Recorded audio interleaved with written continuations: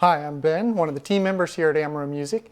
I'm sitting here at a Roland HP 704, one of our best-selling, most popular digital pianos for many reasons. But what I want to talk to you about today is actually a really incredible app that's designed to work with these pianos. I'm sitting here with my iPad. This is Roland's Piano Every app.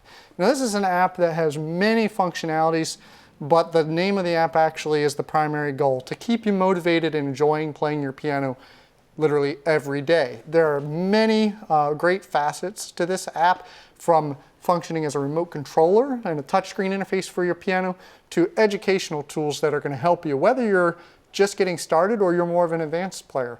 So I thought I'd take a moment and let's dive in and take a look at some of the basics. Now, I'm connected wirelessly through Bluetooth, so Bluetooth MIDI. Roland was the first to do this several years ago with their digital pianos, and they've continued to improve the functionality and the capabilities of this tool.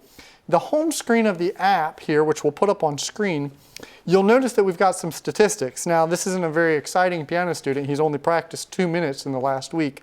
But this is great. A lot of my parents that come in look at this and love to be able to keep track of how their student and their child is practicing, and to even be able to go back and listen to some of the things that they're playing. So that's the first feature I want to show you. When you're connected with your device, now you don't have to have an iPad, it can be a phone, Android device as well. When you're connected, you get a log of everything that's happened here and records of that. So let's actually go back, and it looks like yesterday one of our students practiced the C major scale. Let's select that and let's see how they did. Okay, they've got a little bit more work to do there. But if we go farther back, we can see anything that the student may have been playing. Let's select another exercise.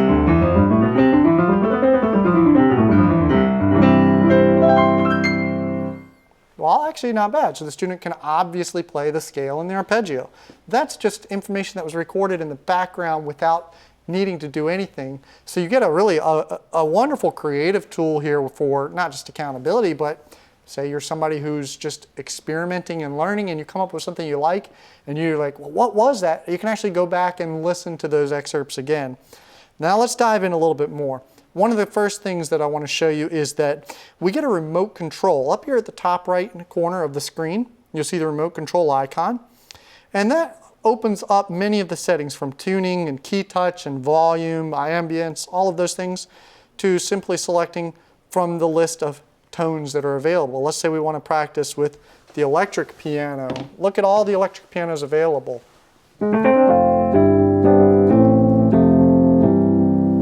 Clavichord.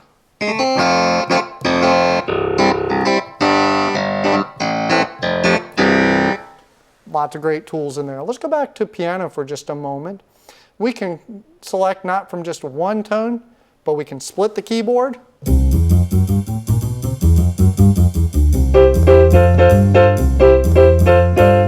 And what I love is that the screen is telling us what those split tones are. We've got concert piano and acoustic bass and cymbal. If we select dual, now we've layered the concert piano with some strings.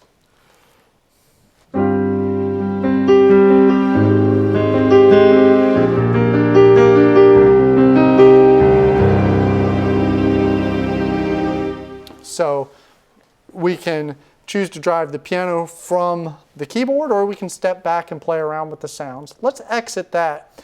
Let's go back here to regular concert piano, and let's look at some of the educational tools that we have in place here. Let's say we're just starting off. We've got flashcards. Let's practice reading notation. This is going to turn it into a game that's great for students just learning here. On the left side, it's going to display a note, and we have to find it on the keyboard. There we are. All right, there's A. Notice at the top, we get a verification. That's right. Let's make a mistake. Oop, try a higher note. Try a lower note. There's C. G. And we'll do one more. And so now, all right, so we've turned it into a game. The audience applauds, not bad. But you can make assignments out of that. Hey, bring it to me, show me when you get 90 points or higher. So there's all sorts of fun ways to do that. That's for reading notation. We can also practice with ear training exercises where we have to use our ears to determine the note. Let's go to the flashcard section, or excuse me, the rhythm section.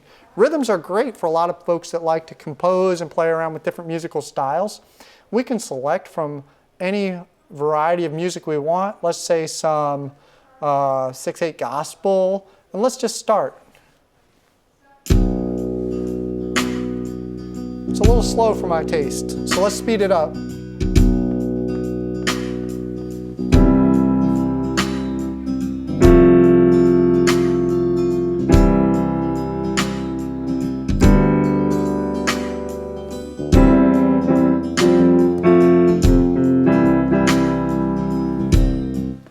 Noticed at the top of the screen is actually displaying the chords, and it'll do that without the rhythms. So great way to practice theory and chord identification. F major over C. How about G over B? How about G minor over B flat? How about G minor root position? All sorts of implications here besides just playing along. But if you want to create, you can actually play along with the whole band, play out of lead sheets and select the style you want and everything you want. It's a full band built right in. Now there's a great internal song list in the piano, 392 internal songs. Let's go to the listening section. So wonderful classical pieces here that say we just want to expose and widen our horizons. Not only can we listen, but we can follow along in the music. Let's hit play.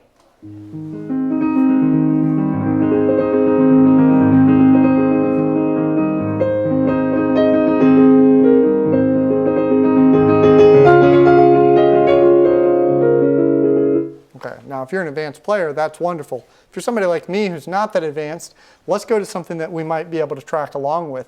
Let's go to our scales. Take a look at the lower half of the screen. We've got scales, Hannon exercises, Baer, Bergmuller, Czerny 100. Let's go to the scales. Let's say we're learning our C major scale. Now, every major and all the forms of the minor scales are in here, and it'll play along, and not only just the scale, which a lot of us get bored practicing, but with background accompaniment. The other thing we can do is if we're working on, say, the right hand, I can turn off the right hand and it'll play everything else, the background and the left hand, and I can focus on just playing one hand. And then I can switch it and I can play the left hand while the piano plays the right hand. Then we can put it together. That's what these things do down here is if they're blue, they're selected, they're going to play, and I can turn them off. Let's listen.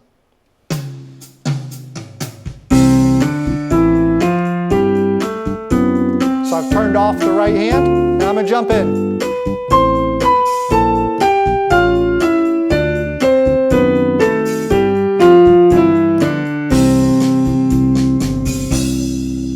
So, as you see, this can help me as I'm at those early stages of learning to play and as I improve. So I can turn off the background music, turn on or off individual hand parts, and control those. And I love that as we play, it follows along with the green marker to tell us where we're at, so that it's really trying to help us keep on track. If we make a mistake, one of the hardest things for beginning players to do is just to keep going. But now we have an auditory reference and a visual reference on the screen that helps us keep going. So there's many, many ways that this app is going to help us learn. All right, one more cool function I want to show you on this app. The ability to record. Now, you might just think, well, I can record and just listen to what I've played. That's good. But let's say we're doing something a little bit more complex. Let's stick with scales, though. Let's say that we want to see if we've got these scales nailed down. Here's a really cool function. I'm going to leave the app connected, and I'm going to work on the piano, and I'm going to turn on the metronome. I'm going to set the metronome at the tempo where I want, and then I'm going to hit the record button, and I'm going to play. When I'm done, I'm going to press stop, and it's going to be saved internally to the piano. All right, I'm going to press record.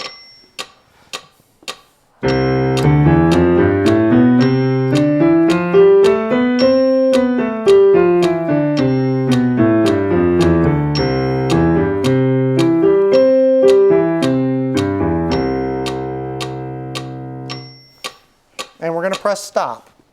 Now, that's saved in the internal memory, but because I'm connected with the app, let's not just listen, but let's go back in and let's actually look at what we've played. we have the ability to notate what our hands can play. I think that's magical. I'm going to go to the internal memory, and I'm going to select the most recent new song at the bottom of the list. And now I have that scale and arpeggio notated out. Let's play it.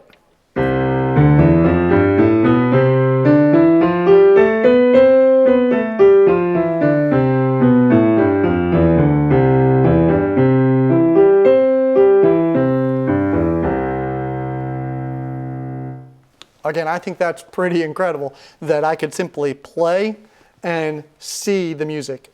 Maybe I'm just working on scales. Maybe I'm actually writing music. What we can do is we can take that file, put it on a MIDI thumb drive, pull it off, take it to the computer, and go deeper with notation software.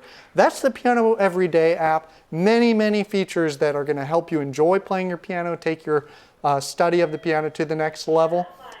Stop by, get a hands-on demo of this in person. Let's have some fun playing the piano. Thanks so much for your time.